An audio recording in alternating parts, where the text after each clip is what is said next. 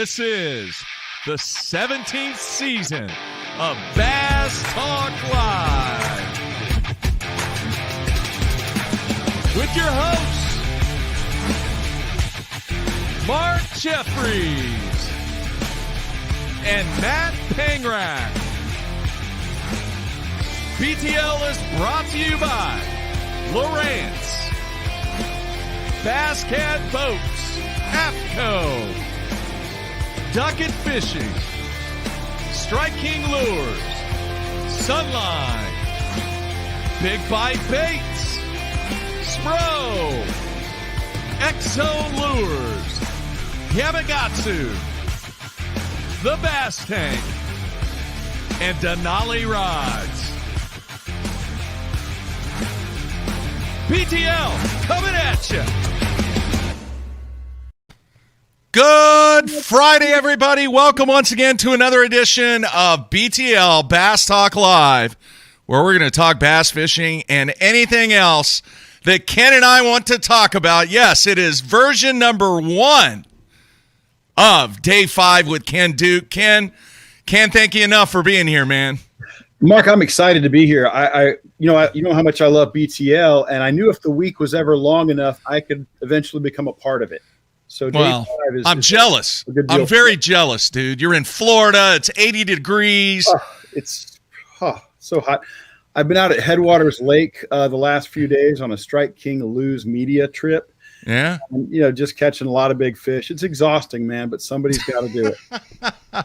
Well, I know the fans are very glad that we're doing this Day 5 thing with you. Just an epic part of the bass fishing world, Mr. Ken Duke, and we're going to pick his brain today on a lot of things. Folks, if you have questions for Ken, throw it out on the instant feedback, throw it out on the comments. I'll try and get to as many as I can, and then, you know what, Ken, we might even take a phone call or two. That sounds awesome. We'll see. I have low-tech technology. I can also take a phone call, but no one would be able to hear it but me. So that doesn't work. All right. I want to get into this first, and we're going to talk a lot about Florida, but I want to get your opinion on this first. That's why I'm dressed this way, Mark. I'm dressed. I know. Look, I'm wearing a hoodie. I should be wearing a jacket because it's freezing in here. Anyway, Brian New got it done on the Elite Series, very first event there in Florida, and there has been a lot of comparisons to what Derek Remitz did in, I believe it was 2007, at Del Rio and Lake Amistad.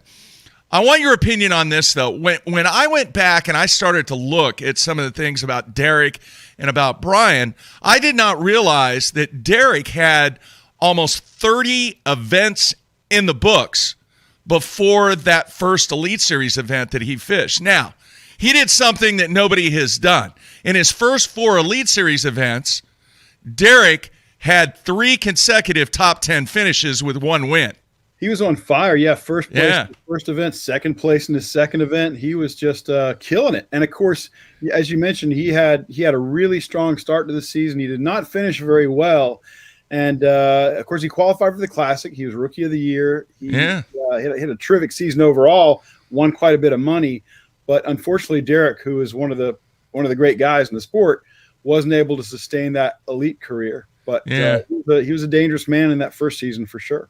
He was. And the reason that I bring his name up, really 2 reasons. One, the comparison that's being made with what Brian New did. But Brian, from an experience standpoint, at least from a high-level competition standpoint, Brian spent many, many more tournaments in the back of the boat than what Derek did. All right, Derek had a lot of experience. The other thing is, too, is the guy has not fished at the highest level, talking about Brian, anywhere close to what Derek did when Derek decided to start his career way back. I believe it was in 2003 is when he fished his first BASS tournament. But, man, we continue to see the younger guys on the Elite Series come up through the ranks, and he is he was a dominant factor this week. And I think I really want your opinion on what he did and where you see Brian New down the road. really tough to say. When we talk about Derek Remitz, and the early success Derek had, he did have some more experience as far as tournament entries, but Derek was only 24, as I recall, when he was a rookie, and Brian New is 30. And you gain experience not just when you're in the weigh-in line, but you gain experience wherever you go. Yeah. And New, because he's from the Deep South, because he's probably more familiar with a lot of the tournament waters than a 24-year-old Derek Remitz coming out of Minnesota. Was. I think Brian New has some advantages in that regard, but it's hard to say. I will say this though, that I think is an interesting read on professional tournament anglers as a general rule. It doesn't take us very long to find out who they are and what their skill levels are. When you look at the big time stick and ball sports, a guy might have a tough rookie season, a tough first couple of years, but ultimately he becomes a dominant pitcher or a great quarterback or something like that. Well, professional bass fishing does not tend to be like that. Ott Defoe was great from tournament 1. Kevin Van Dam was great right at the beginning. The really superior talents are usually strong right out of the gate.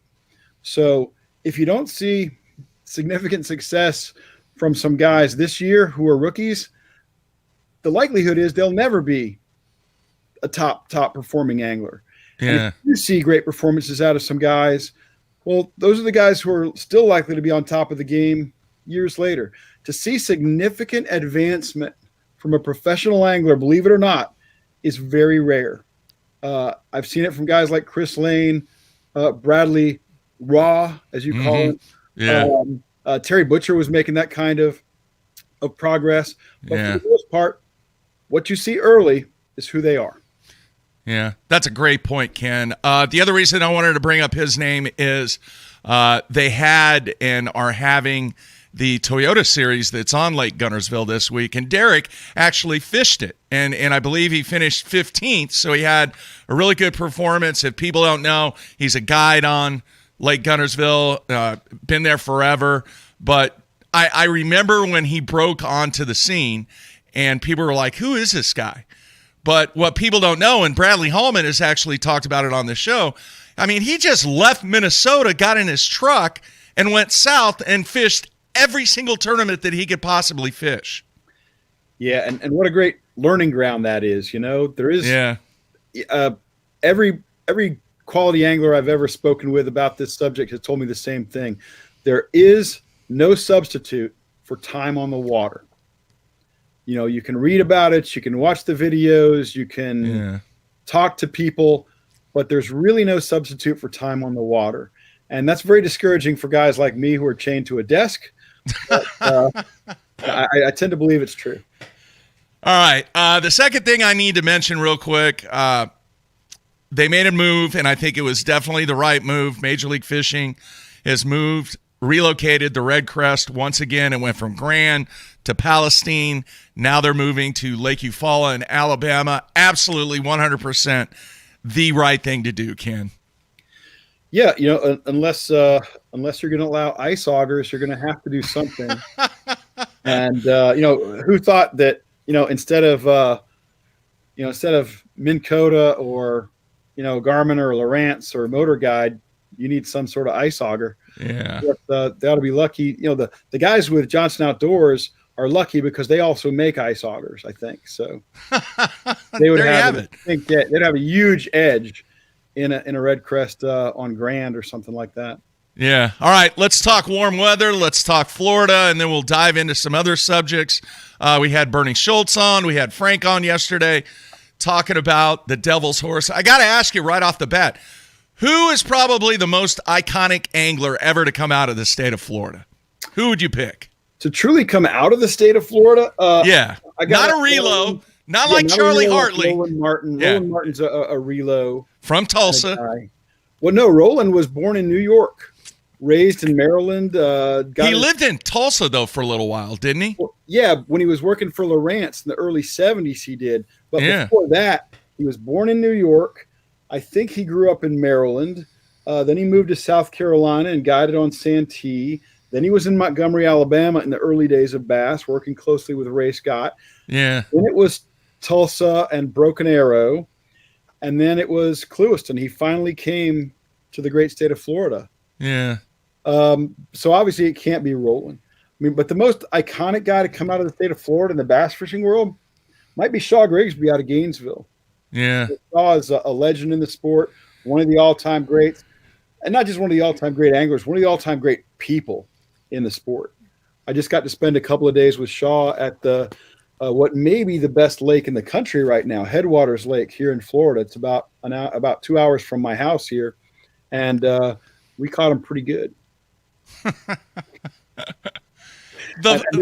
They were. I hate to tell you this. They were about this deep. Yeah, I don't even go there. Yeah, warm and nice. And we just that's how much ice we have, Ken. That's how much ice and snow we have right now. Anyway, well, Mark, who do you think would be the most iconic angler to come out of Florida in the bass? Man, I think Shaw's right up there. Shaw, you got the Lanes, you got Terry Scroggins, you got Bernie, you got, and this is terrible. I'm going to forget somebody. Yeah.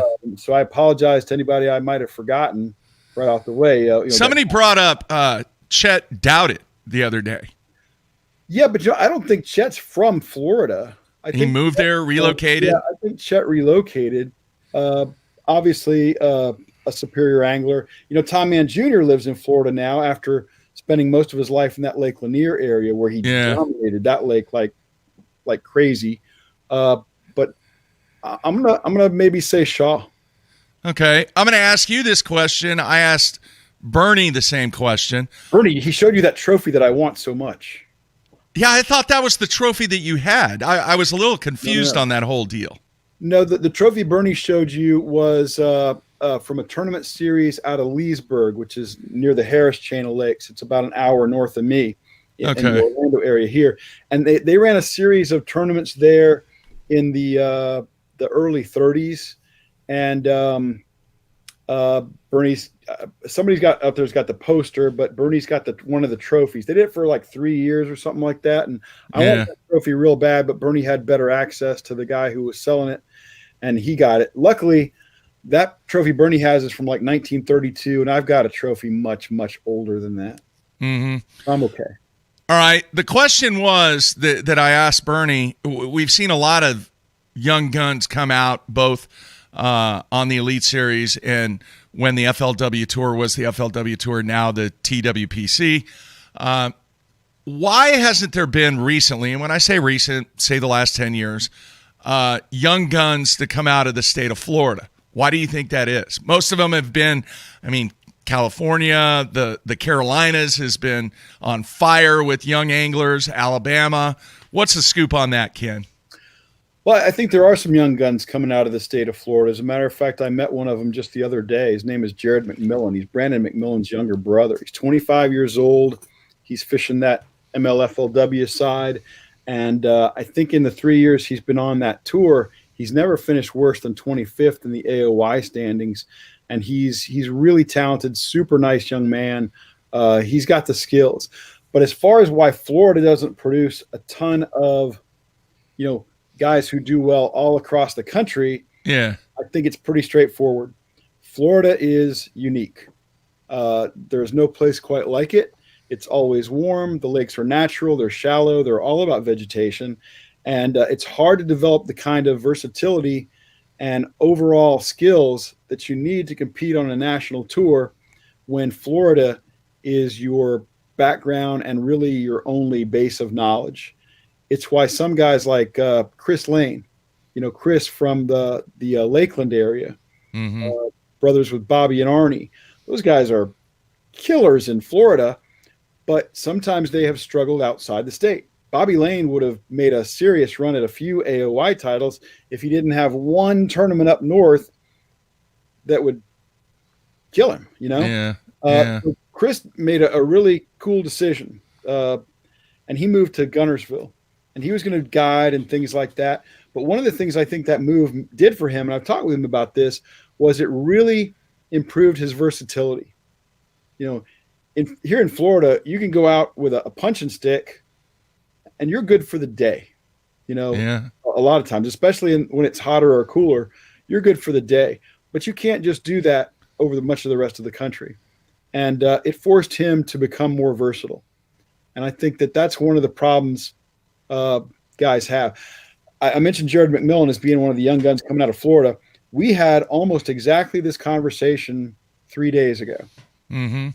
And I got to thinking, I said, I can only think of one major tour angler of the year who's truly a Florida angler, and that's Scott Martin. Scott Martin is the only true Florida angler I can think of who won AOY on a major tour. And Scott is obviously a terrific angler, a terrific talent. He also, has carefully built a great network where he can get good information on other bodies of water. But quite frankly, most anglers have a network. Scott's not nearly alone in that. Yeah. But Scott has been able to put it together and do well across the country. And, kudos to him for that. He's also won a Forest Wood Cup, I think, in Arkansas.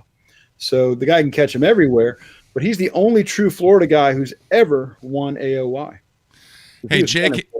Yeah, Jake in Ohio's got a great idea. He said you should put together a debate or a story or a column, or we could even have a show totally dedicated to identifying what you would think the greatest anglers, or who the greatest anglers from each state would be.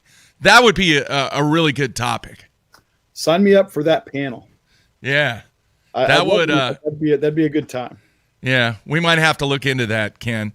All right, let's continue a little bit with the Florida talk. It was interesting. Frank, man, the fans love Frank. And Frank really gave up some juice yesterday on the Devil's Horse. I'm going to ask you the same thing since you're a Florida guy and been a Florida guy forever. Why is that bait so iconic in Florida? What's your thought on that, Ken? What a tough question. Thank you for never sparing me or trying to cut me any breaks, Mark. Yeah. I think I've been working on an article lately that I want to call the Florida Rules. And it's going to be about what Florida guys do that's different from what other guys do to succeed in Florida. And but one of the things I think is critical to success in Florida in terms of bait selection, and this is my opinion, but it's backed up by a lot of guys who are really good. Your most successful baits are baits that have quite a bit of action or that can be worked in a very confined space. Okay? Mm-hmm. First of all, before I say this, I know that there are a million guys who are going to tell me I'm not right, but I'm speaking very generally here. Mm-hmm. Very generally, a plopper type bait is not a great Florida lure because you got to wind it pretty fast to get it to go, to get it to do its thing. A Devil's Horse is more successful because you can give it a great deal of action in a relatively confined space. A plastic worm, you can soak and dead stick in a very confined space, obviously. And I think that's critical to become an iconic Florida lure. Mm-hmm. Other baits tend not to be as successful because remember, these fish in Florida, because our lakes are salad bowls, they often have a very small window of where they can see their prey or where they can see a lure. And then there's a wall of weeds or a bunch of weeds and things like that. And sometimes they'll chase it out and they'll go attack a buzz bait or something like that. But more often, they're going to hit something when it comes into that window where they can see it. And a Devil's Horse stays in that window quite a while. A hollow body frog can stay in that window quite a while. A stickworm. Those are the kind of things that work. So that's one of my theories about the Devil's Horse. It has good action in a confined space. And the Devil's Horse has been iconic in Florida, even more so than any other prop bait.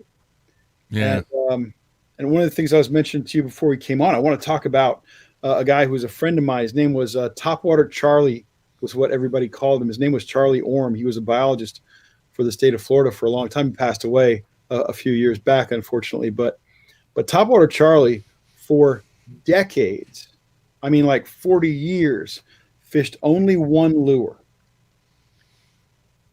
and it was this one. Wow. It was not just a devil's horse, folks. No, no. It was this particular devil's horse. It was the chrome with a Hang black on. back. I'm gonna blow it up. Yeah. Chrome with a black back and an orange belly. And I heard Frank talk about the devil's horse and stuff like that, but there will be no devil's horse expert who can compare to Topwater Charlie. And Topwater Charlie taught me how to fish a devil's horse. And one of the things he did, he used to get these things by the gross from Pradco. Mm-hmm. Now, Pradco's owned Smithwick since 1992. The Smithwick company started in 1946 or 47 by Jack K. Smithwick in Shreveport, Louisiana. So this is not a Florida bait. This is a Louisiana bait originally. But let me back up even there. Jack Smithwick did not invent this lure. A guy named Bob Embry invented this lure, created this lure, designed this lure. And I think he was from Texas, but I'm not 100% sure. But he designed this lure shortly after World War II. And y'all were talking about yesterday. It was called the Devil's Horse, Devel S, until 1960. And then they called it Devil, like the guy with the horn. Right. Anyway, Topwater Charlie fished only this bait. He would order them 144 at a time. And he'd get them in. And he would take this bait and he would drop it in a bucket of water. He'd drop all of them in a bucket of water, one after another, to see how they would float.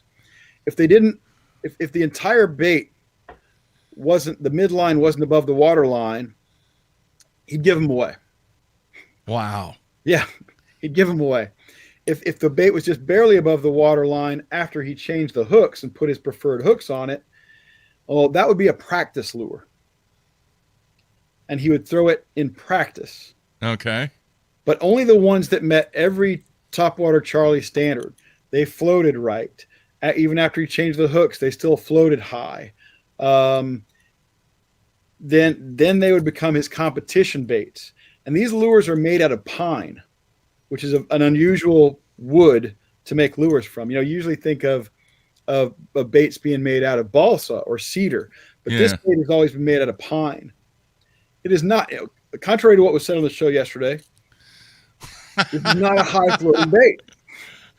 Kind of a low floating bait, especially once some of those changes that Topwater Charlie made to it were made, which is just changing out the hooks. He kept basically the same size. He just liked a different model. And what made Topwater Charlie spectacular were really two things, I think. I'm not even sure it was the bait. He had amazing eyesight. If a fish in shallow water moved, Charlie could see it somehow. He'd catch a flash, he'd catch a glimpse.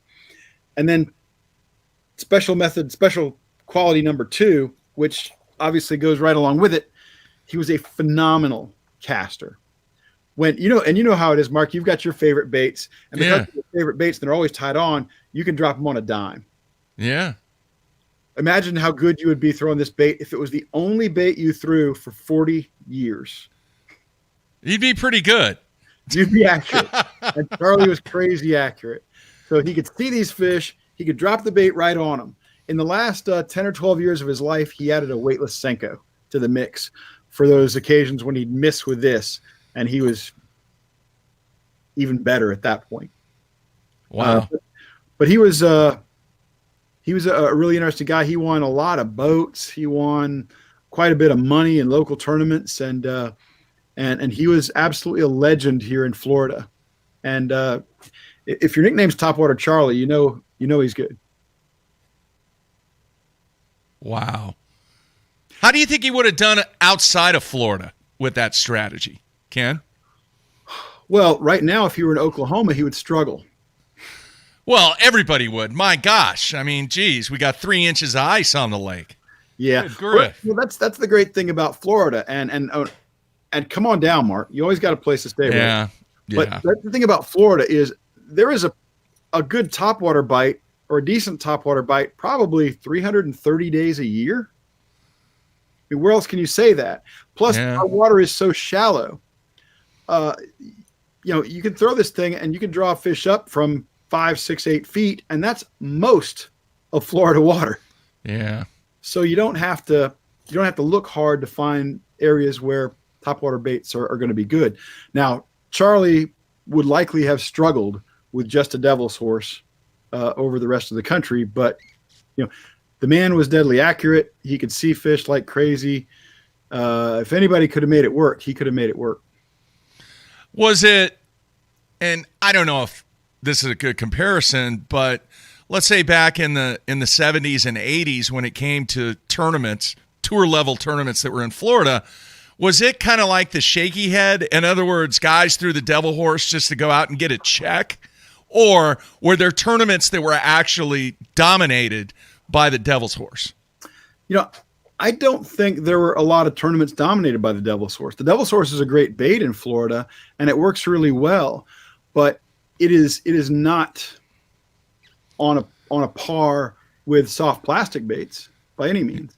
Yeah.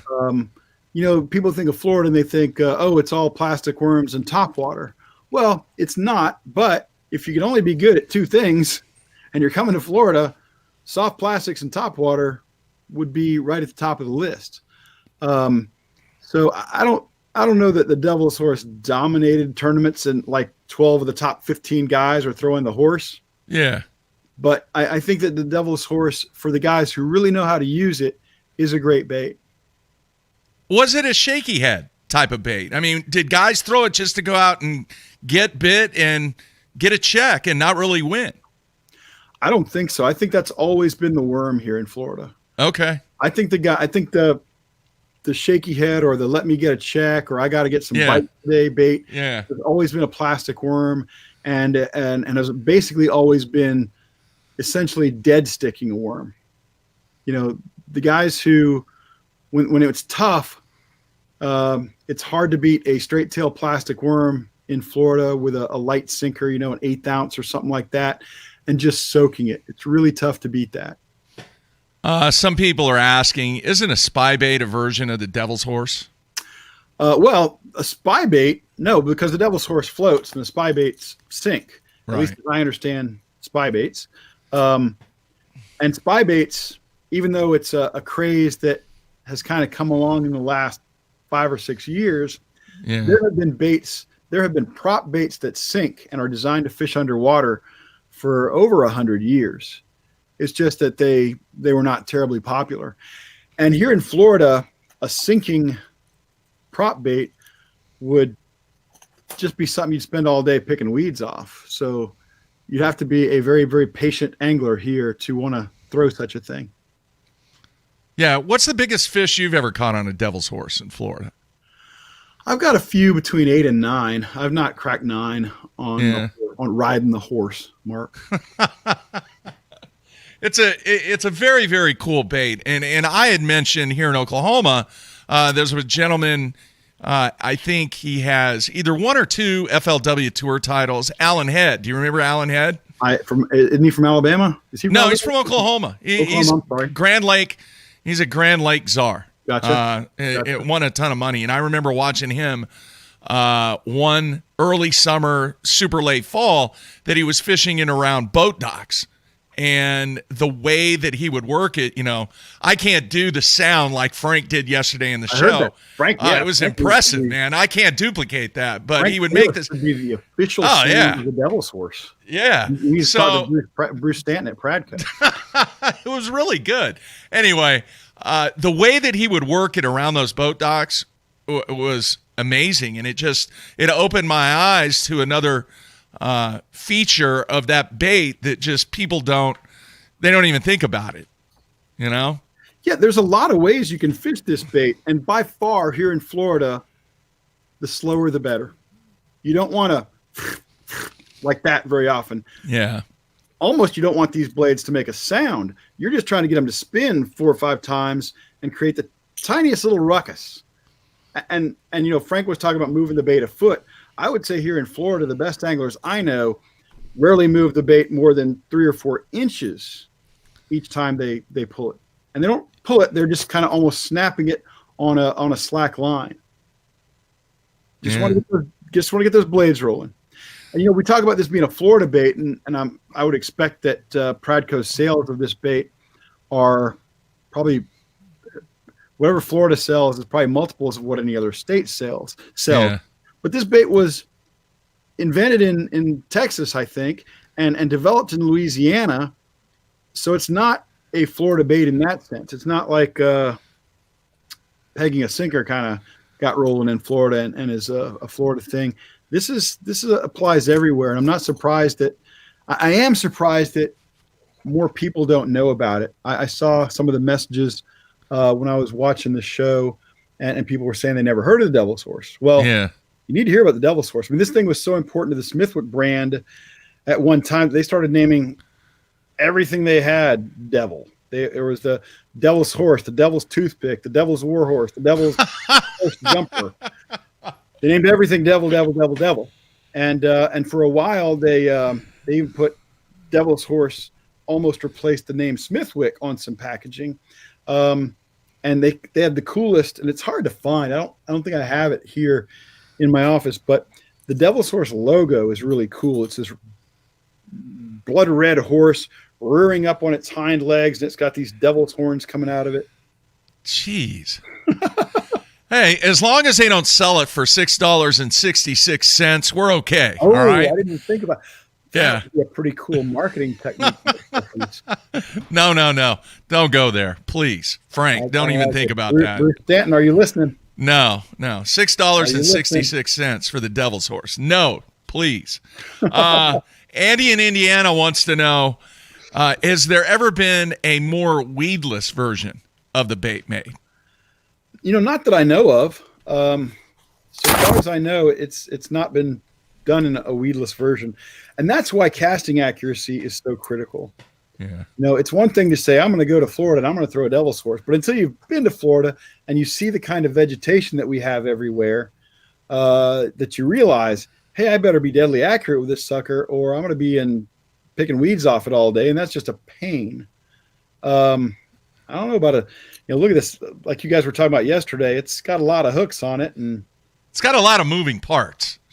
Well, yeah, it's got a few moving parts. Yeah. But and the hook hangers, are different from the usual traditional screw eye in there, one straight screw eye, because this is pine. It's a softer wood. It's not for the reason that was referenced yesterday. This is pine, so it's a softer wood. And also, when you do the hook hanger, let's see, like that, with that little gap in there. Let's see if I can get it up against my hat. There you go. Hang on. Let me make it bigger. Hang on a minute. There you go. That gives the fish a tiny bit less leverage. Now, I don't believe for a second that if you had it on a straight screw that a fish could unscrew it, because that would imply that the thing is turning rather than the entire bait, which is what would happen. But I do think that these hangers offer the fish a tiny bit less leverage. Would you do better by adding a split ring in there? Maybe. But of course, you're also adding weight. Yeah. So you want to consider that. And most of the hardcore Devil's Horse anglers I know down here, they tie straight to the line tie, and they don't tie a loop knot. They tie, a Palomar or a uni knot or something like that. And the reason I've been given for it by the best guys I know with this bait is, if you tie a loop knot, they feel like it costs you casting accuracy. That the bait is flopping out there a little more. Who knows? Interesting. Who knows? Very interesting. Fishermen can get really picky, can't they? Really picky. Yeah. No, you're dead on that, Ken. You've you've seen it a zillion years. All right. A lot of people are asking to talk a little bit, and we're not going to focus on it for hours and hours and hours, but obviously, with you being the editor of Fishing Tackle Retailer Magazine, talk a little business and just kind of see if you can give us an outlook on the tackle industry. And then I want to ask you a couple of specifics in the boating industry that you may or may not know. But as far as the tackle industry, Ken, what does it look like for the spring of 2021? I'm seeing companies become more aggressive. the new stuff they had last year that they didn't get to introduce because of production production problems and so forth. We're starting to see some of those things pop out now and become more widely available. Things are loosening up in the market. Product is starting to show up in larger volume now, and that's a great thing. I believe we're going to have an in-person ICAST this July. It's July 20th through 23rd, right here in Orlando, Florida, as usual. Yeah. And I'm looking forward to that. So I think things are getting better in the tackle industry generally. That's not to say that a lot of companies aren't suffering from what they went through last year. At the very least, a lot of companies are suffering because even if they had great sales last year, many of them sold out of whatever product they had and had a lost opportunity because they couldn't get more hooks out there or more sinkers out there or more swivels out there. They did not make that money that they otherwise would have made. The biggest challenge we have, and I've mentioned it on your program before, Mark, is how do we keep anglers involved? We gained approximately 8 million anglers last year, which is unprecedented. Never seen growth quite like that before. And you might think, wow, that's amazing. That's phenomenal. But it's really hard to keep these anglers. If you were to look at the number of anglers in an ordinary year, let's forget 2020, 2021. In an ordinary year, nearly half of all the people who buy a fishing license one year will not buy a fishing license the next year, believe it or not. People are not as diehard as you and me and the folks who are watching at home or at work. They're not as diehard. And when they do go fishing, they go fishing once or twice a year. So we got to find a way to keep these folks and to show them how great the sport is. The other thing I'll say about those 8 million folks who joined the sport last year, joined fishing last year, not nearly all of them are bass anglers. Most of them are after panfish, catfish, stuff like that. Maybe they were catching some fish to take them home to eat. So for those people, we got to show them the way. We got to show them the way of bass fishing. We got to show them that they want to take the next step, which is how I always saw bass fishing when I was a kid. You started with bluegill or crappie, and you worked your way up to bass. And we need to take them up the ladder. All right. Some people want to know: is there any statistical data out there that actually documents or estimates the amount of fishing tackle equipment supplies are made in China? Do we know how much is made in China? I don't, and I'm not aware of any particularly meaningful stats on that. Yeah. And the reason is that a lot of the companies out there, most of the companies out there, I would say, are privately owned, and they're not on the New York Stock Exchange. Right. They don't have to issue a shareholders report that would be available to the public. So, in my opinion, at least, it's if not impossible, it's at least extraordinarily difficult to get accurate numbers on things like that. All right. Big deal went down. We mentioned it. It appeared in a magazine story. I think it was International. What is that? International Angling or something like that. Yeah. But the press release came out this week that Rather Outdoors, had purchased the Zebco brands. What are your thoughts on that, Ken? Well, really interesting. The Bradley, which had owned Zebco Quantum for some time, it seemed to take a step back in pushing the product out there and the brand out there. So it's great to see. It's great to see that legendary brand, Zebco in particular, now be under the umbrella of Rather Outdoors, which of course also has Strike King and Lose and so on. So other legendary brands. It's going to be interesting to see how they approach things. I think that I'm excited because I know how well run Rather Outdoors is. So I'm looking forward to seeing big things from Zebco, and it's going to be interesting to see what they do with Quantum. There's a lot of speculation out there about what will happen to that Quantum brand because it hasn't been pushed as hard in recent years. A lot of the guys that you and I associate with the Quantum brand are now out of the picture. Their pro staff was either completely eliminated or at the very least cut way, way back. Guys who had been with him for a long time, like Kevin Van Dam and Shaw Grigsby and Greg Hackney and Gerald Swindle and Casey Ashley and Tommy Biffle. Yeah. Yeah.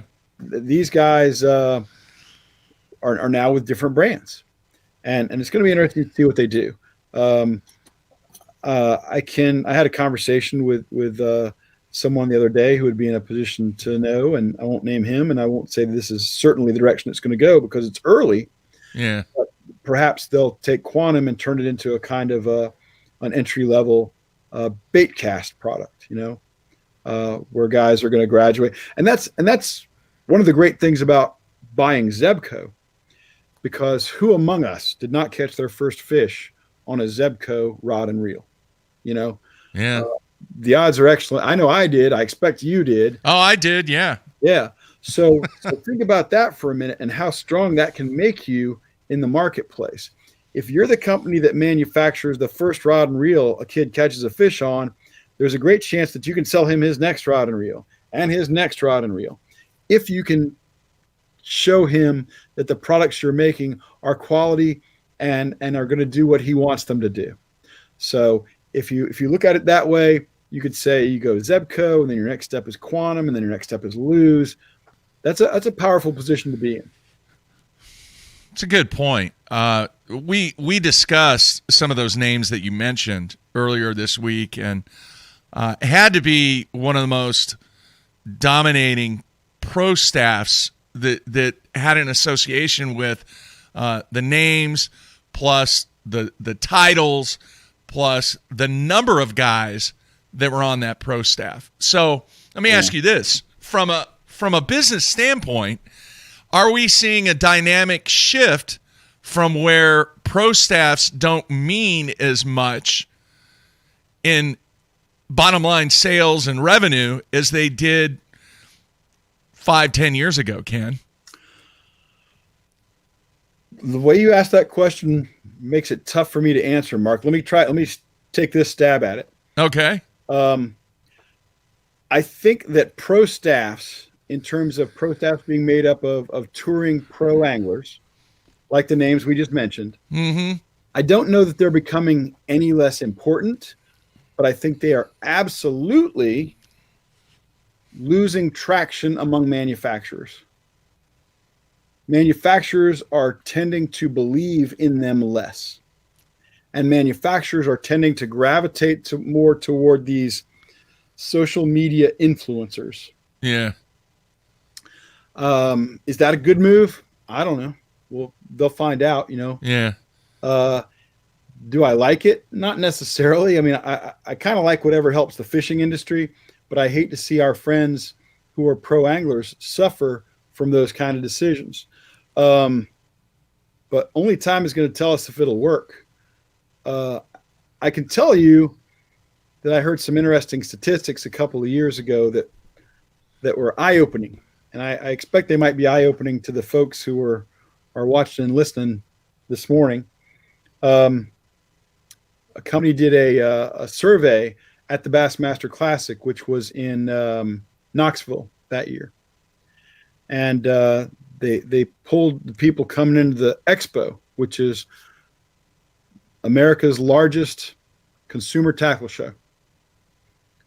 It's free to get in, so you get a lot of people who maybe are not that serious about their bass fishing, but they're at least interested in fishing, or they wouldn't be there, free or not. They pulled a lot of these people, and they found out they were checking name recognition of famous anglers, famous to you and me and the audience here.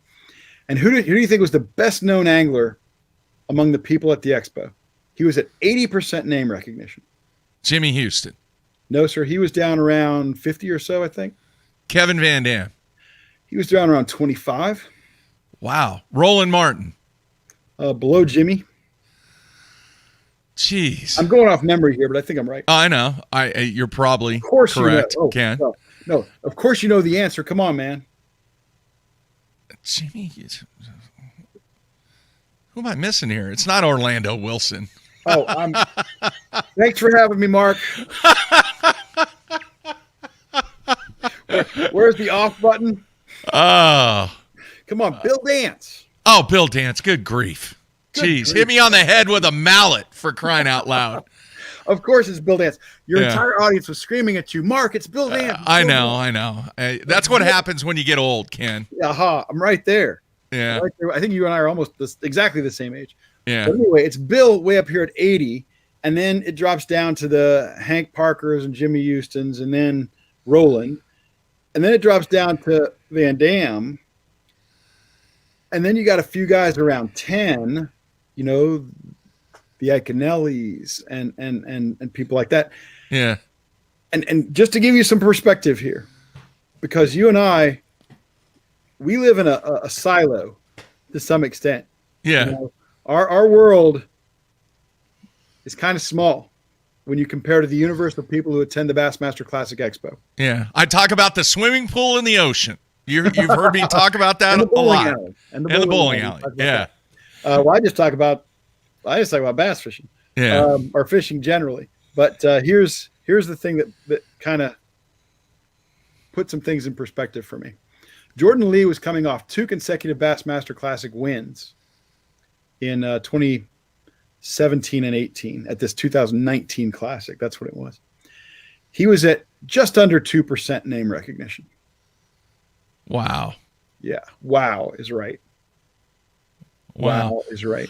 All right. I'm not a shot at Jordan, who is not only a spectacular talent, but a major force in our sport.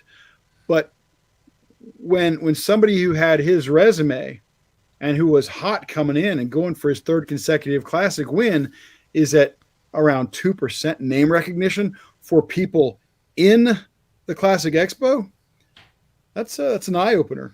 And it reminds me, hey, if you folks ever want to, if you're not a big name in the fishing industry, if you're not a well-known touring pro, if you're not, a household name in the fishing industry, but you would like to feel like one for a day, wear a tournament jersey to the Classic Expo and stand still.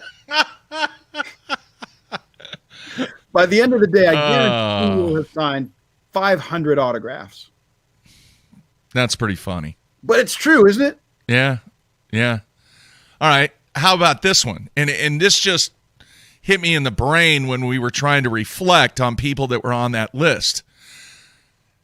I'm going to go back, Ken, and I don't think we've ever talked about this, the influence that it either did or did not have on the game. But was it 15 years ago that the #1 television show on television, all right, I'm not talking just bass fishing, I'm talking about the Nielsen ratings, the #1 show, had a professional angler involved with it. I got to assume you're talking about The Bachelor. That's right.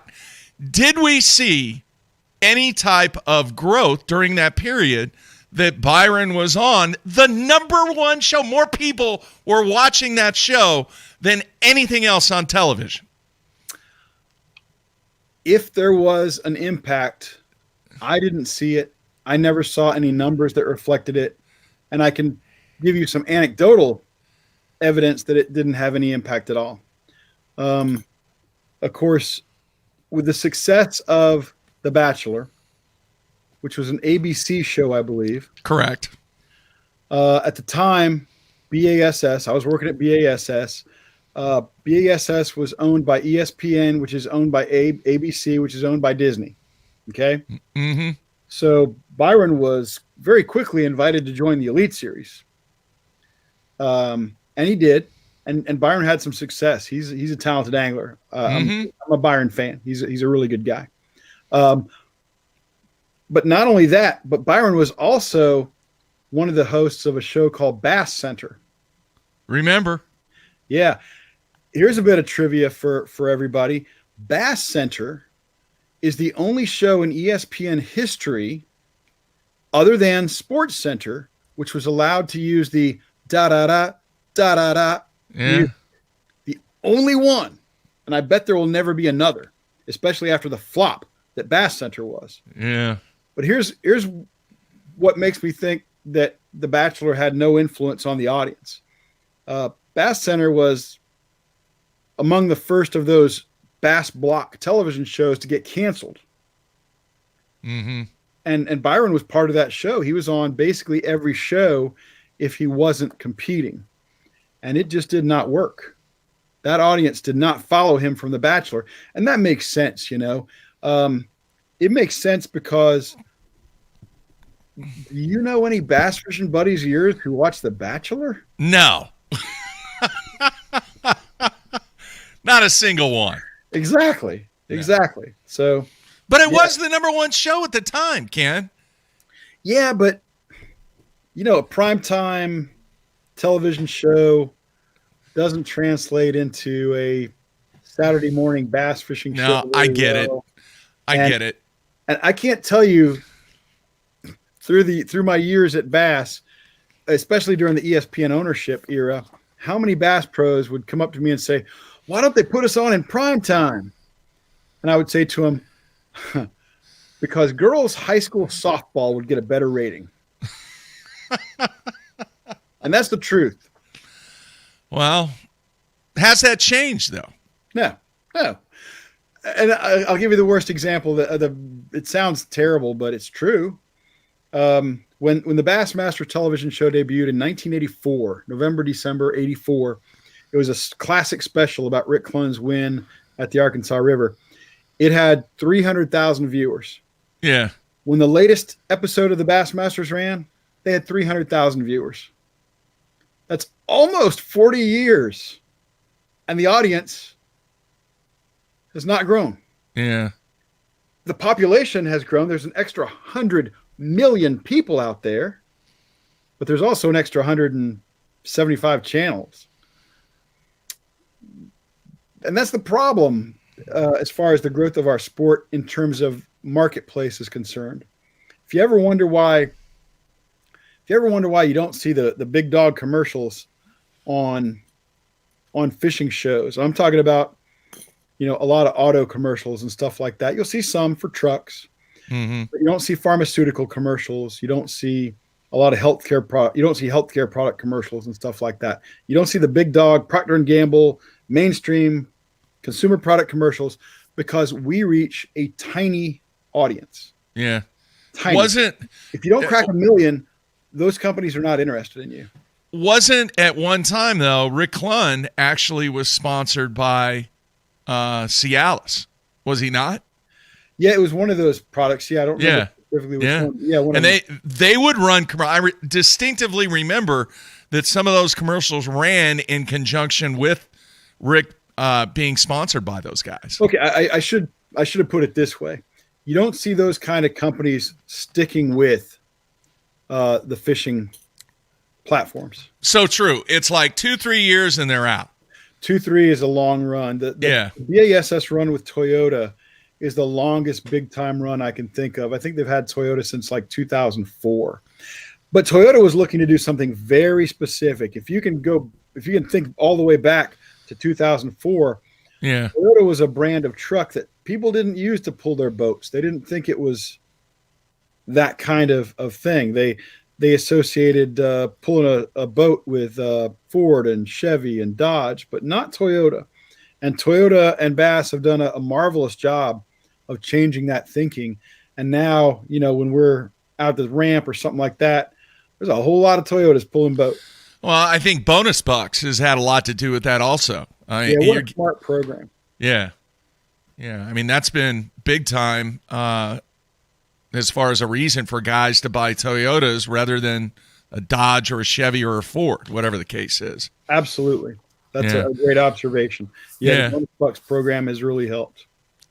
All right, Ken, I want to pick your brain again. One of the statements that Ray Scott used to make all the time, and the reason I'm bringing this up. I love Ray. Ray's one of my favorite people in the whole world. Yeah. He would always say that the guy that won the Bassmaster Classic, it was worth $1 million. All right. How long has it been, and when do you think, and who do you think was the last guy that truly earned $1 million from winning the Bassmaster Classic? Now, the reason that I ask that is because I don't think it's worth $1 million anymore. I could be wrong. That's my opinion. I don't think it's worth a total of $1 million in endorsements and everything else over a year. Now, spread over time, yes, definitely it could be worth well over $1 million. Gotcha. But to instantly sign that following year at least $1 million worth of endorsements, I think it's been a long, long time since that has taken place. And I feel very bad for one Hank Cherry, because his victory and the whole COVID situation really made it probably the absolute worst year to benefit from it from a fan standpoint, from a financial standpoint, every aspect that a classic champion has an opportunity to build upon winning that trophy. What are your thoughts? Well, I agree with everything you've said. I don't know who the last guy might have been to have turned it into $1 million in a year. I would think certainly Kevin Van Dam did it in 2010 and 2011. Maybe Edwin Evers did it in 2016. But, let's... Did he not say that? Did not Ray publicly come out and say? But Ray wasn't talking about a single year. He was talking about overtime then. Yeah, Ray was talking about overtime. Well, you do it for 10 years and you get $100,000 in endorsements, that's $1 million. That's not really that big of a deal, Ken. Yeah, but we've always talked about relatively small numbers in our sport. I mean, if you want to look at a really ugly number, every classic champion in history, that means going back to Bobby Murray in 1971 when it was a winner-take-all tournament and he won $10,000, to last year when Hank Cherry won. Hank's a great champion, but COVID and everything, Hank got $300,000. Okay, if you add all those 50-plus classic champs together, they made less money than Floyd Mayweather did when he fought Conor McGregor. I'm not joking. No, you're right. You're right. I'm not joking. So, when Ray mentioned $1 million, that was still a lot of money, and it would be a huge amount of money to me. So if anybody wants to send it to me, I will send it a lot. But it's not quite the same. And yeah, I think even today it's got to be done over time. And part of that reason is because the platforms have been so diluted. With the internet, with social media generally, with the dilution of television, with the implosion of so many magazines, newspapers, and radio programs, the opportunity to really cash in has been diminished. And that's a shame for the guys who have done it. Look at the Bassmaster Elite Series payout. The Bassmaster Elite Series payout has been the same since the Elite Series started in 2006. The calculation has been done that if you factor in inflation and taxes, that it's actually much less. But that's with every tournament trail, though. It's not just bass. No, you're absolutely right. Yeah. And I don't mean to single out bass. It's just what I'm most familiar with in that. Yeah. Well, it gets worse than that. And I know I've mentioned this on BTL before, but yeah, when Ray Scott had his first tournament on Beaver Lake in 1967, the entry fee was $100, and you had a chance to win $2,000, 20-to-1 ratio. If you enter an Elite Series tournament today, your entry fee is $5,000 or so, a little bit more than that, I think, and you have a chance to win 100, 20-to-1 ratio again. So all that's really changed is the entry fee. The proportions are the same. Yeah. Let me ask you this, all right? We're kind of going all over the board, and that's what I love about you, Ken, because there's not too many people. Mac didn't want to talk the business side, and I respect that, and I like diving in the technique side, but it is a rarity that I get to talk the business side, and I think if we don't overwhelm the fans and do it maybe once every couple months, that they're not going to get mad, and I'm going to get all kinds of hate mail for talking the business side of this game, all right? Let me ask you this. Yes, sir. Is it possible that we are at the point that the way that contracts are structured for anglers on tour, that we have finally gotten to the point where those contracts need to be structured from a base standpoint and then really heavily loaded up from an incentive standpoint? In other words, if you go out and you finish in, the top 10 and you're one of the live stream guys, guess what?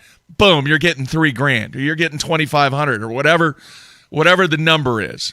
All right. Now, I have been close enough to a number of guys, as you have, that I do know that a lot of contracts are not structured that way.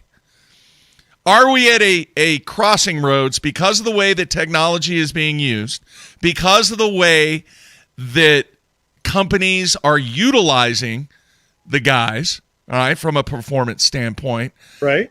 That these contracts, to benefit the companies and, more importantly, to benefit the pros, it needs to be an incentive latent contract. Agree or disagree? That depends on which perspective you're talking about. If I'm an angler and I'm at the top of my game and I'm probably between 30 and 45 years old, so I'm really at the peak of my powers, I would be, and I'm also clearly one of the better guys in my league. Mm-hmm. I would probably prefer an incentive-based deal. If I'm anybody else, an incentive-based deal is going to kill me. I think it has probably always been to the advantage of the manufacturer, the sponsor, to have incentive-based deals, because then some of my best friends are Bass Pros. Same for you. Yeah. I'm going to say something ugly about Bass Pros, and I bet you're going to agree with me. There are a great many Bass Pros out there who think they put in a full day's work for a sponsor if they walk to the mailbox to look for a check. Yeah. There are plenty of those there guys. are. Yeah. Those guys need to be put on an incentive program so that they'll do something. There are plenty of pros out there who think that putting a logo on their jersey and a logo on their wrap is really all they need to do. Those people need to be put on an incentive program. Mm-hmm.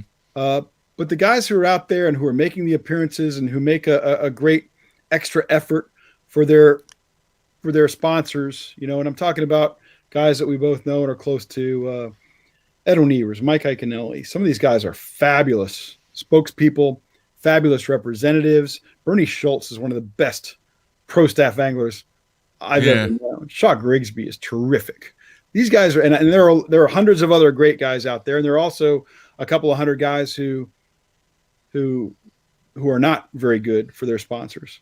But that incentive kind of deal, it would not work for most guys. I think it would be a good deal only for maybe 25 to 30% of the field. The rest of them are gonna suffer, and the manufacturers would save money overall. Do you think the deals have gotten better or worse over the last 5 years for the guys? I think they've gotten worse. Yeah. What do you think? I think there's definitely a downward trend. Especially in the boat and motor. Well, and I've been trying for weeks, if not a couple of months, to try and get somebody from White River Marine to come on the show and just talk about what their plan is and why they did what they did with their pro staff. We've never seen anything like that before, Ken. Can you remember anything like that? No, I can't. Yeah. And who knows where this all winds up, because to some degree, I think a lot of this stuff is going to be cyclical.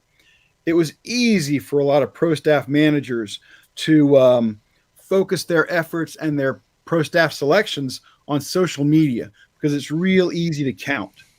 A lot of pro staff managers are lazy, and their idea of keeping track of their pro staff is to see how many Facebook followers they have, or Facebook, whatever you call them, they have.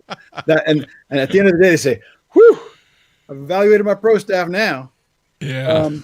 But they don't keep track of other exposures they get. They don't keep track of other appearances they make. They don't keep track of podcast appearances or radio appearances or things like that, because that's much tougher to quantify. Yeah. And I think that too much stock has been put on social media over the last 10 years, and that there's a lot of ways for pro staff anglers to be measured that are outside the bounds of social media. Are we getting to the point of delusion? Mark, I've been past the point of delusion for most of my life. And I thought we were friends because you crossed yours way early too. I had to ask, Karen. Are you asking about you and me, or are you talking about the industry generally? No, just certain things going on where the delusion, you think it's one thing and it's really not, and you're still going to pursue a path of this direction based upon the delusion that you think you're imagining, of which is not factual information. You know what I'm talking about. Yeah. Well, I've talked about this with you at length, and I wrote an article for FTR in the March 2020 issue that I called The Big Lie. And my point was simply that we lie every day about how big the sport of bass fishing is. Every day we lie to ourselves about how big it is, how important it is, how influential it is. And part of that was I was alluding to when I talked about name recognition of anglers at the Classic Expo, and how Bill Dance is at 80 and some guys who you'd think are wildly famous are at 2%. That's part of the big lie. We lie about how many boats and motors are sold, because in a given year recently, the industry's been lucky to sell 6,000 or 7,000 bass boats, motors, and trailers. Yeah, but that's very traceable, though. I mean, that's very well documented. Pretty traceable on registrations. Yeah. But it's another way we lie to ourselves, because so many people that you and I run into out there think they're selling hundreds of thousands of boats. I had a kid tell me they sold 1 million boats, was his estimate. You're talking about guys that represent the companies.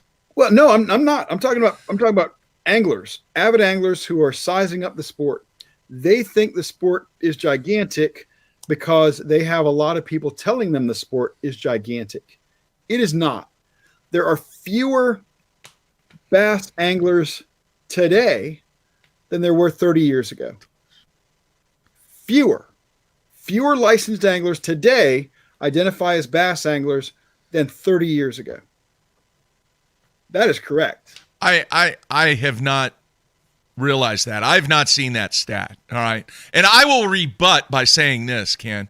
I think there are a few number of key players in the industry at an executive level that speak the truth when it comes to the reality of the number of people buying boats, the number of people involved in the industry, the number of people that are truly having an impact on this game.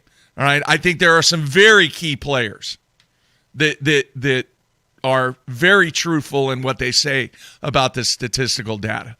I don't disagree with you, but I'm getting these statistics from the Fish and Wildlife Service, the U.S. Fish and Wildlife Service. Yeah. I'm not pulling these stats from some company or something like that. I love our industry. I want our industry to grow on some level, despite all the horrors caused by COVID-19. Yeah. The fishing industry has been one of the few that has benefited, and I hope we can find a way to keep that going. Yeah. It turned out to be a strange windfall. The only comparable thing I can think of to it was, 10, 12 years ago, when The Walking Dead and those Hunger Games movies started coming out, there was a massive increase in the number of people interested in archery.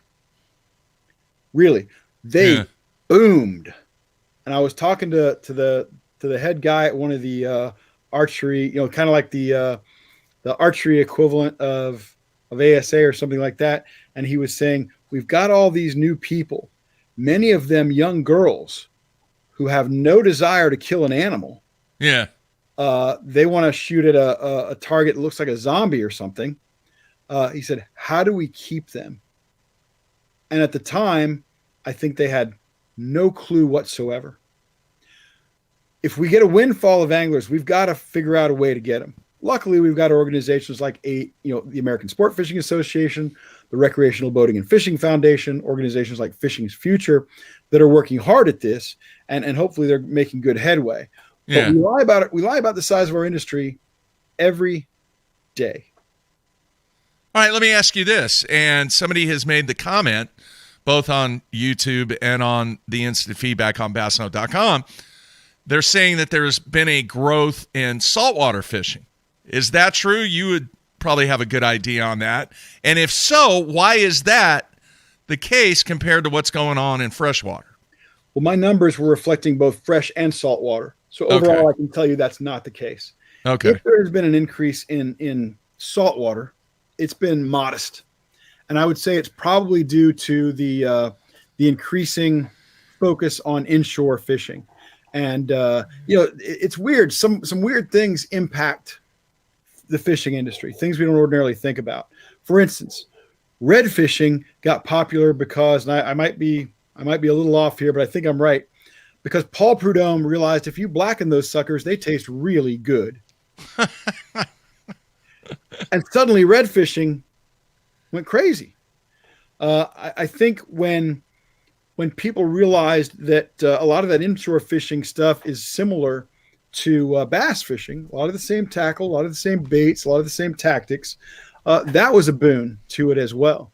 And a lot of the guys who are traditional bass fishermen wind up getting flats boats instead of bass boats. They enjoy both.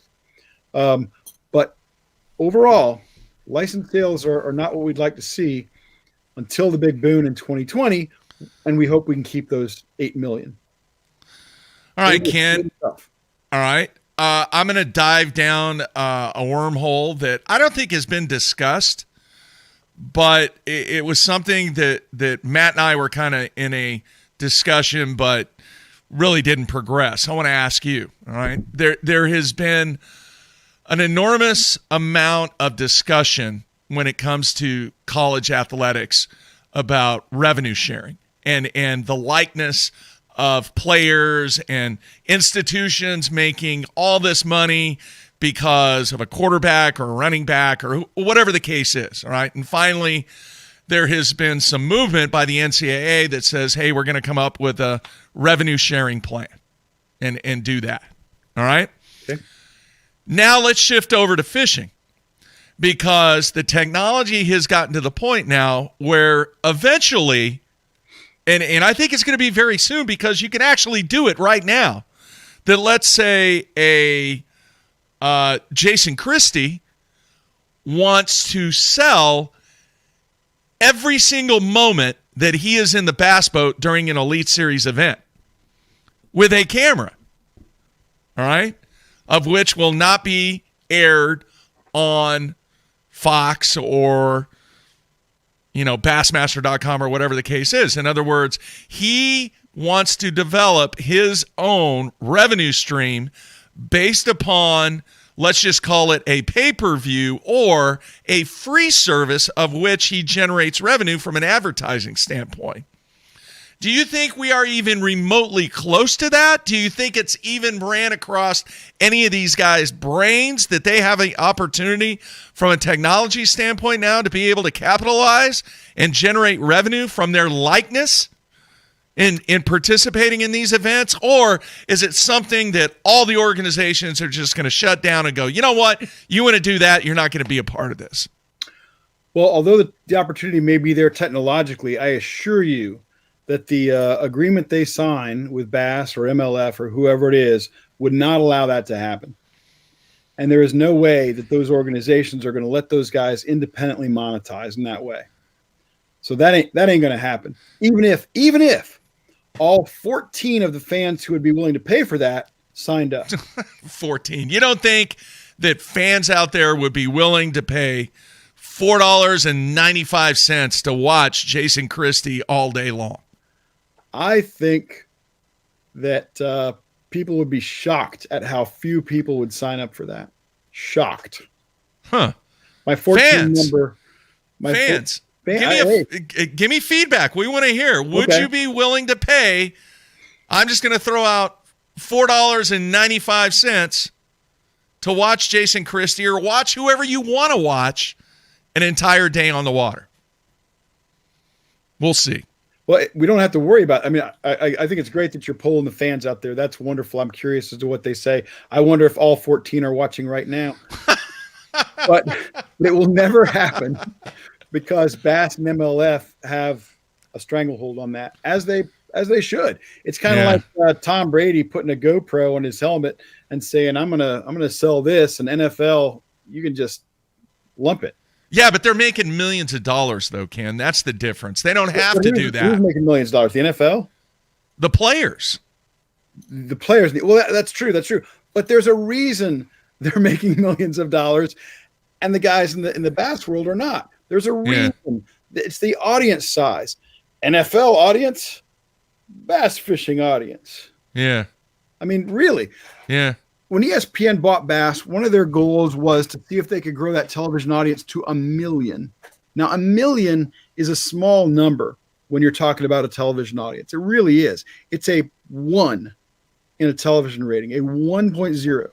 Yeah. Never got close. Never got more than halfway there. And that was at a Bassmaster Classic.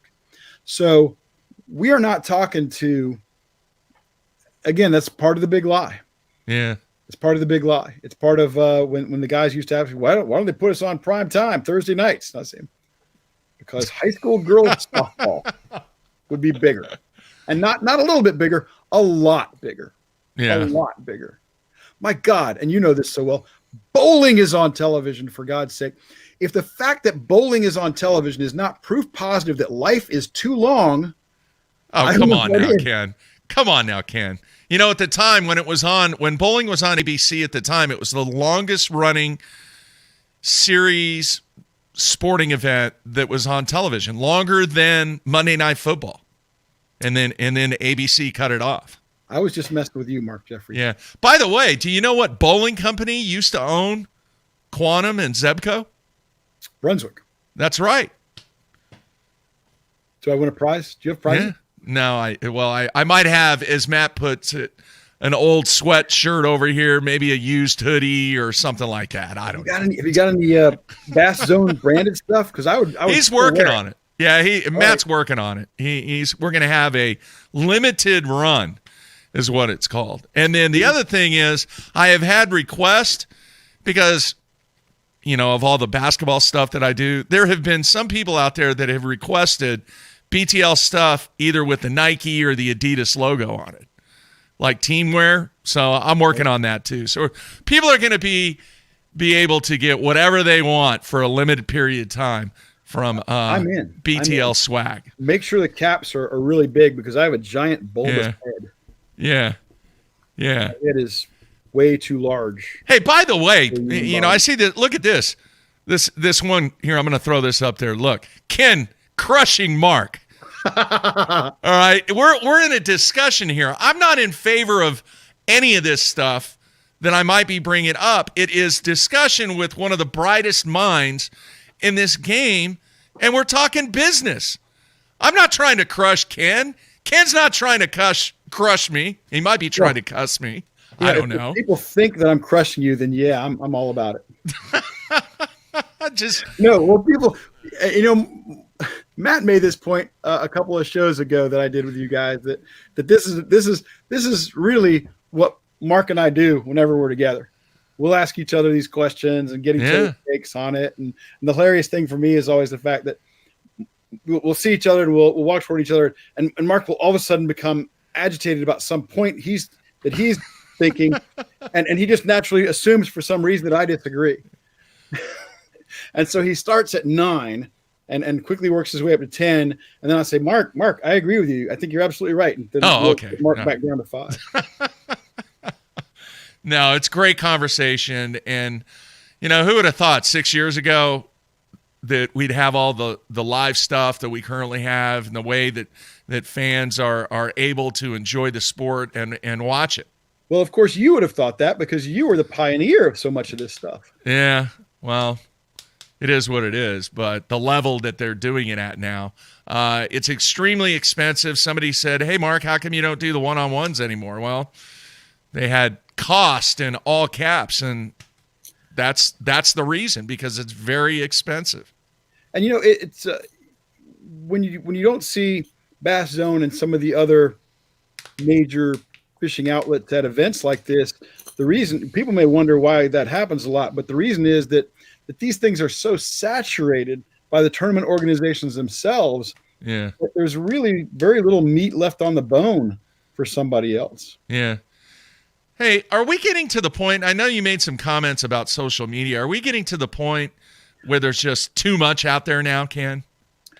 Well, for me, yes, but I'm not even involved in social media anymore. I killed all my social accounts, which I didn't use anyway. Yeah. I killed all my social accounts some months back, and I have no intention of getting back into it. It's just too much of a dumpster fire for me. It is. I mean, I don't participate anyway. I never thought of myself as a guy who was always on the go and always had a million things to do, but I got too much going on to be involved in that stuff. I don't have time. There's so many more important things to me than to be involved in that sort of thing. So I'm glad to be out. All right, man. You mentioned it earlier. How important is it to have an in-person ICAST this year? What are your thoughts? Well, it's critical for a couple of reasons. One, I think ASA, the American Sport Fishing Association, which is the organization that owns ICAST and puts ICAST on every year, they lost millions of dollars last year as a result of no in-person ICAST. I mean, they rent booth space and so forth, and their revenues are down because they were not able to do that. So that's one reason why it needs to happen, because ASA does a lot of good things for our industry. A second reason it needs to happen is because I like going. It's fun. It is fun. About 20 minutes from here, so yeah, it is fun. I would really. It's important to see things in person, especially if you're a buyer. If you're a buyer and you're trying to figure out what needs to go in your store for the next year, it's really pretty critical to see those things and to hold them and to wind the reels or to flex the rods and to see if it's right for your market. Because otherwise you are really flying blind as to what you're going to put in your store. And that has a massive impact, obviously, on what your profitability is going to be. Yeah. Sometimes you can't tell this stuff is junk unless you hold it. How many years have you been going to ICAST? 147. No, come on, Ken. I've been going to ICAST.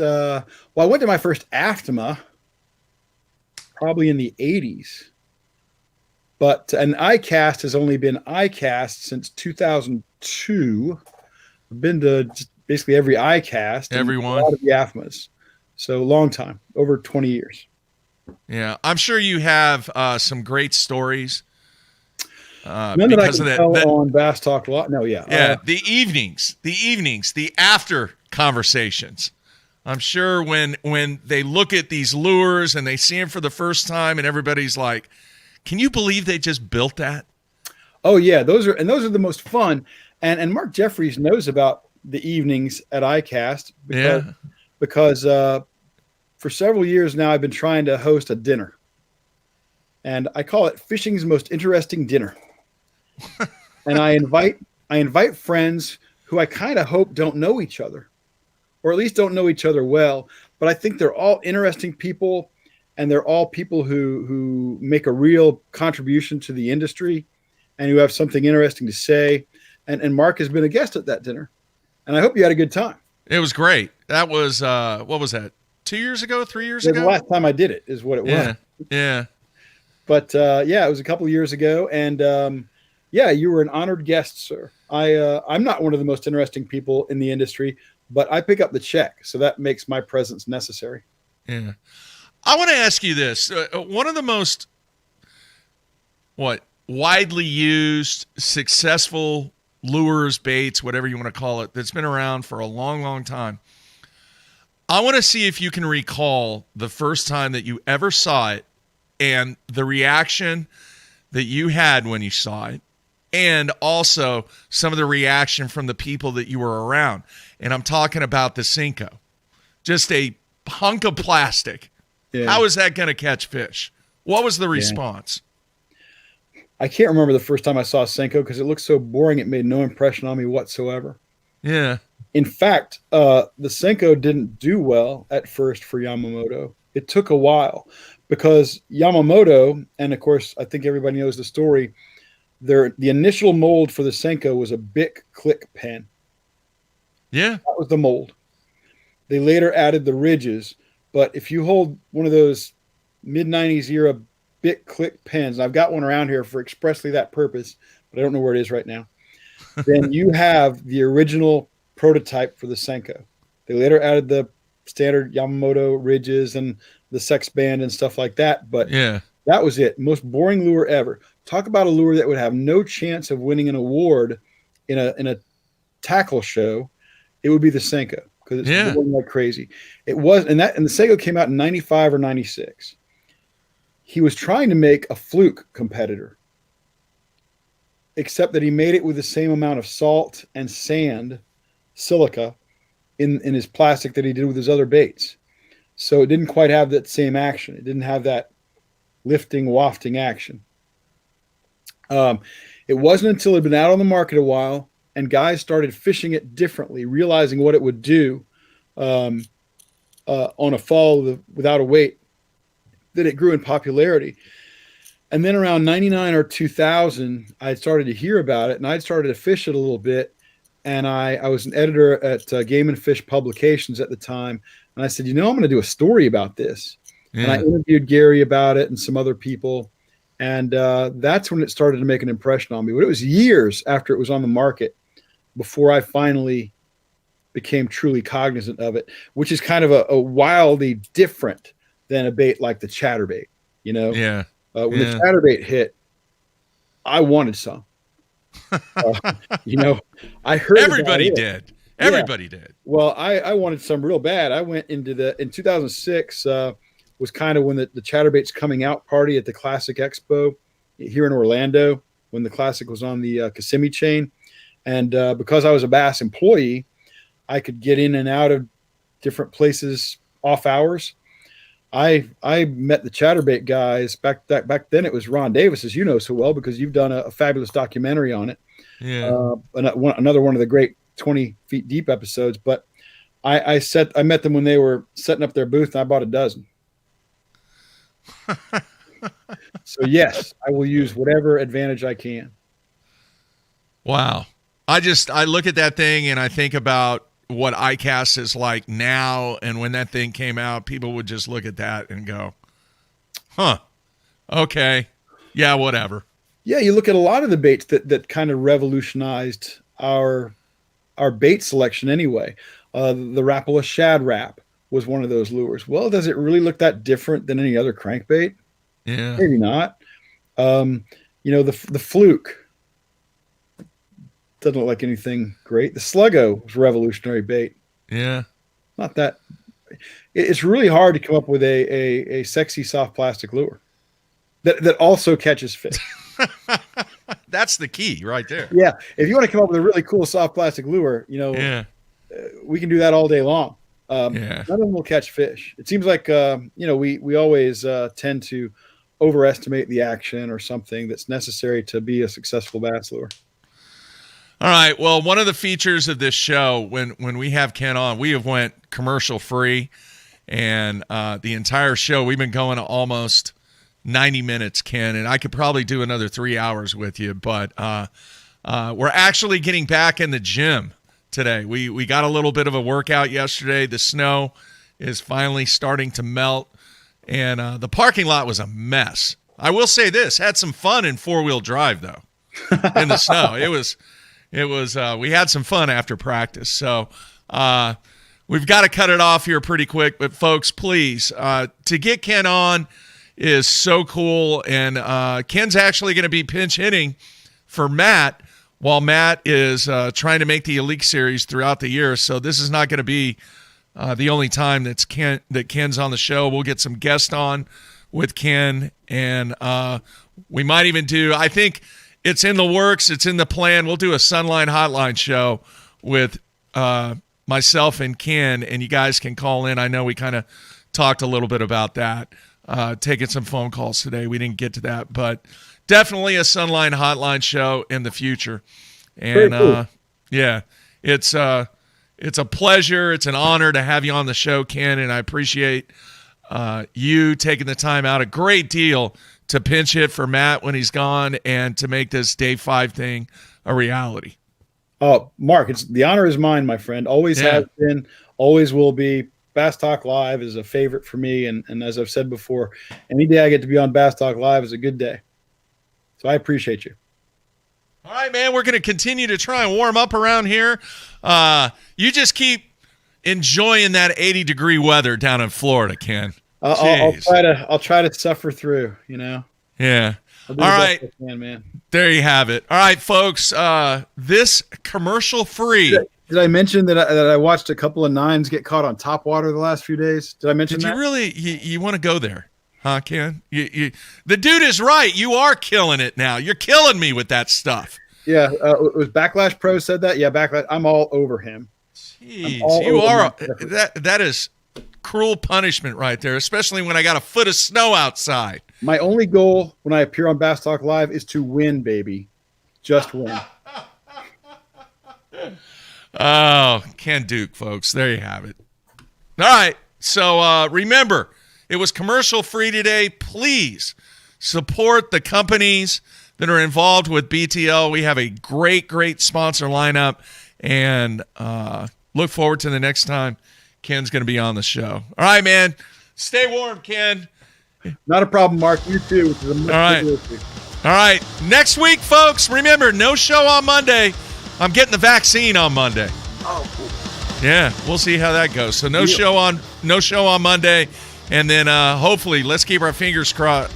Matt will be back in studio on Tuesday as he gets ready to hit the road. So everybody be safe, stay warm. Back on Tuesday.